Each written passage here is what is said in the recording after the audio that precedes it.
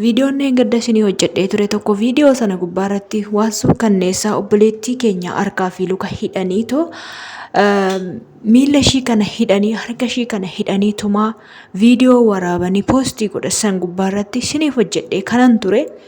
Dhugaa sana baruuf jecha ani obboleettiin keessan barbaadan ture namoota irraa baruudhaafis jechaadha.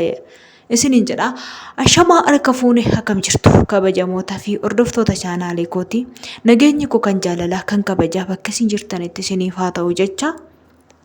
Warroonni aaraa mana koo har'a dhuftan anaa dhufu jedhee isiniin jira. Gara mana kootti gara maamila kootti dabalamaan isiniin jedha. Akkasuma warroonni dursa jirtan immoo laa'ikii gochuu hin dagatinaan isiniin jedha. Egaa obboleettii keenya sana viidiyoon hojjedhee gubbaarratti obboleettii keenya kana harkaa fi miila tumaa kan turan viidiyichi gaafa irratti argamu akkanarraa haasa'u kana osoo hin taane imimmaan koroobsaa boo'atii natti dhaga'ame baay'ee viidiyoo sana hojjechuu hamban dadhabetti keessi kona saqasaqamee ture jechaadha.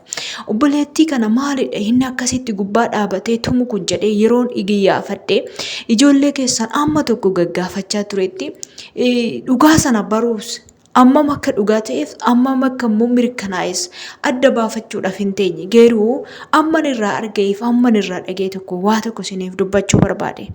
Innis maal seetan obboleettii kan eenyutu harka ishii hidhee miila ishii hidhee handabadda bukuun eenyudha biyya harabaa keessatti mana madaamii keessatti jedhee gaafan gaafadhu.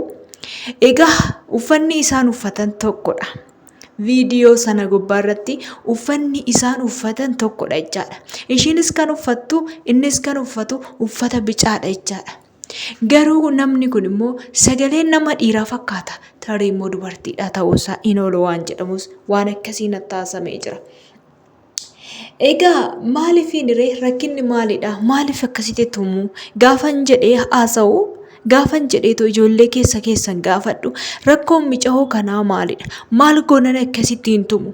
Maal goonan harkii fi luktiin hidhamee akkasittiin ta'aa jira yeroon jedhee gaafadhu? Biiroo keessadha moo mana madaamiti moo eessaa jedhee yeroon iyyaafadhu keessatti keessi koona taa'uu dide garaan kun baay'ee tokko na raafame jechaadha. Namni kun maaliifin akkasitti tumama?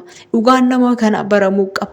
Tarii yoo mana madaamii keessa ta'e mana sana keessa ijoolleen akkaataa ittiin gargaaranii baasuu danda'an haala akka mijeessan ijoolleetti gara fuula feesbuukii kiyyaas ta'ee gara kamiiniyyuu ijoolleen jiran akka gargaaruu danda'an ijoolleen miidiyaarra jiran kun akka gargaaruu danda'an jedhee gaafachaa ture. Garuu dubbiin akkas miti mana madaamiiti miti jedhan. Mana madaamiitii miti kan ishiin hojjettu biiroodha kan hojjettu naan jedhanii garuu dubbii sana adda baafachuudhaaf baay'ee ulfaata. Gaafan hidhu namuma keenyatu nama keenyatumaa jira. Nama keenyatumaa jira. Ulee ittiin har'a ishii dhoofte kana borummoo waaqayyotu ittiin shidhaa. Waan har'a hojjette kana boru ati hin fudhatta kanan jedhu keessan gale. Baay'ee gadda keessa kootu na cabe. Nama keenya nama biraa osoo hin taane nama keenya jechaadha. Yaa ijoollee keenya nuumti kunuu garaa walitti jabaannee biyya ormaa keessatti akkasitti waltumaa jirra. Waan baay'een dhagee waan micayyuu kana maaliif jedhee gaafan gaafadhu abasaa baay'ee nattaasaan waan baay'ee nattaasaan waan baay'ee sana keessa gimmaasha hunda dubbachuun barbaanne. Maaliifi ani hunda dubbachuun barbaanne hubadhee waan dubbachuu barbaaduuf jechaadha. Rakkinumti micayyoon kun tumamteef maali gaafan jedhu hiriyoota keessa yeroon gaafadhu. Egaa waan miidiyaa kun hundi qabatamaa ta'uu dhiisuu danda'a. Hundummoo dhugaa ta'uu danda'a. Hundummoo dhugaa miti ta'uu danda'a. Nama irratti jaallattee kanaaf akkasitti tumamtee. Kan akkasii tumaa jiru immoo abbaa warraa ishii yookaan jaalallee ishiitii jechaa jiru. Abbaa warraa jaalallees haa ta'u. Maalidhaan akkasitti qabee harka nama hidhee luka nama hidhee nama ta'u akkanatti adaba mee akkanatti adaba dhiiruma bara kanaa ana waan sana dhibee jira jechaadha. Maaliif akkanatti adaba? Adabbiin akkanaa maali? Harkaa fi miila yoo hidhee adabe inni dhiifti reeshinam isa miti akkasii miti hin barbaadu ta'e taanaan namni tokko wajjin jiraachuudhaaf hin ta'u ta'e taanaan dubartii tokko amala badaa qabdi yoo ta'e amala suusii ijoollee biraa wajjin haasa'uu qabdi yoo ta'e, jiraachuu qabdi yoo ta'e, dubartii kana karaa seeraatiin, karaa jaalalaatiin irraa adda bahuu qaba moo harka ishii luka ishii hidhee waarratee dabaddabee tumee akkasitti poostii gochuu danda'a? Akkasitti gochuu irraa jaallatamaa isaaf qabachaadha. Moo maalidha waasaa?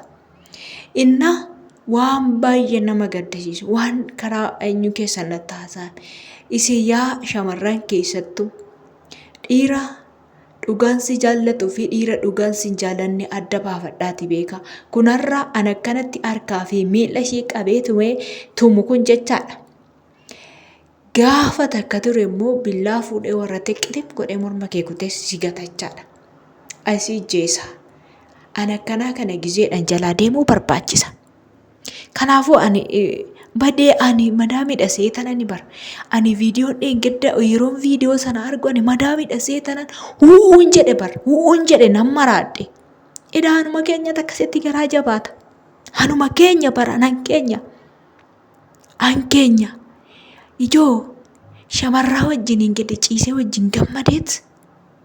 Fedhii isaa hundumaa itti baatee warrate gaafa deebi'ee immoo akkasittiin tumume maaltu isinitti dhaga'ama bakka mica'oo kanaaf buusa. Amala badaa iyyoo ta'u qabaatte amaluma barbaade haa ta'u harkaaf luka hidhuun maaliif barbaachisa? Akkasittiin tumuun maaliif barbaachisa?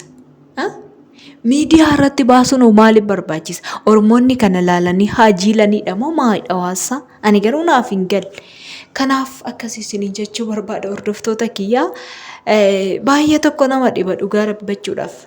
Garuu an akka rifadhe sanatti bageen hin hafini yaa'u dhugaa isaa hunda isaa adda baafachuudhaaf jedhee nan xaara ture argachuu hin dandeenye waa'umarraa gimmaasha amma xiqqoo beekaan ta'aa isaanii anis immoo ammumaan dhagee sanarraa immoo siniif hiruu barbaada jecha keessattuu sin of eeggadha ijoolleen dhiiraa ijoollee shamarranii keenya. Biyya ormaa keessa bakkee jirtan nama tokko jaallattanii itti sixxanii wajjiniin gaa'ela dhaabbattanii isin of eeggadha.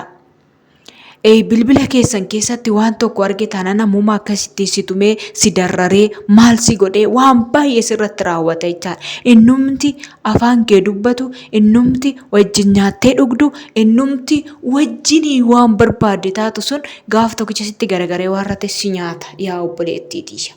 Kanaafiyyuu adaraa keessan biyya ormaa keessatti gaa'ilan godhatinaa galaa ijoollee keenya galaa omaanuma fayyadu biyya ormaa kun waan barbaade haa ta'u biyya ofiitti galanii akka barbaadetti jiraachuu dandeessu jechaadha.